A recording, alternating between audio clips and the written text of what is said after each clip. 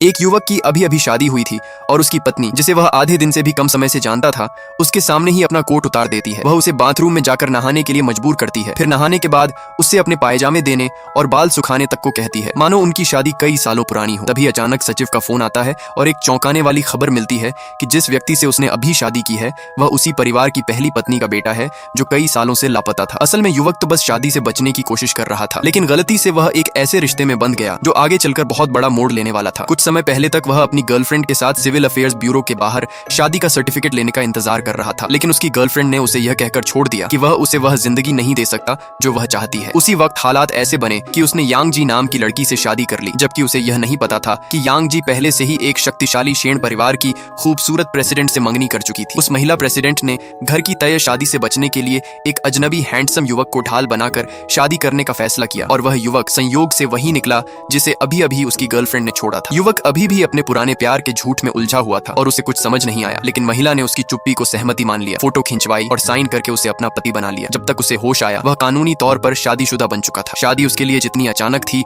उतनी ही हैरान करने वाली भी। महिला ने उसे $30 मिलियन का जेड ब्रेसलेट प्रेम के प्रतीक के रूप में दिया। तब जाकर उसे एहसास हुआ कि उसकी जिंदगी अचानक बदल गई है। उसके गले का जेड पेंडेंट, जो उसकी असली पहचान का सबूत था, उसे भी महिला ने उतार कर अपने पास रख लिया। उस पेंडेंट को देखकर महिला को शक हुआ कि यह उसी खोए हुए बेटे का है जिसकी तलाश सालों से चल रही थी। इसलिए उसने युवक के बाल लेकर उसकी पहचान की पुष्टि करने का फैसला किया। जब यह बात उस परिवार तक पहुंची तो वे तुरंत अस्पताल गए और डीएनए रिपोर्ट देखकर हैरान रह गए कि वह युवक सच में उनका खोया हुआ बेटा है। वे तुरंत उससे मिलने के लिए निकल पड़े और पता चला कि वह एक क्लास रियूनियन में गया हुआ है, तो वे वहीं पहुंचने लगे। इसी दौरान युवक को भी पता चला कि उसकी एक्स गर्लफ्रेंड और यांग जी दोनों उसी रियूनियन में मौजूद हैं। वह वहां से निकलना चाहता था, लेकिन उसे रोक लिया गया और यांग जी के आसपास के लोग उसे नीचा दिखाकर अपनी वफादारी साबित करना चाहते थे।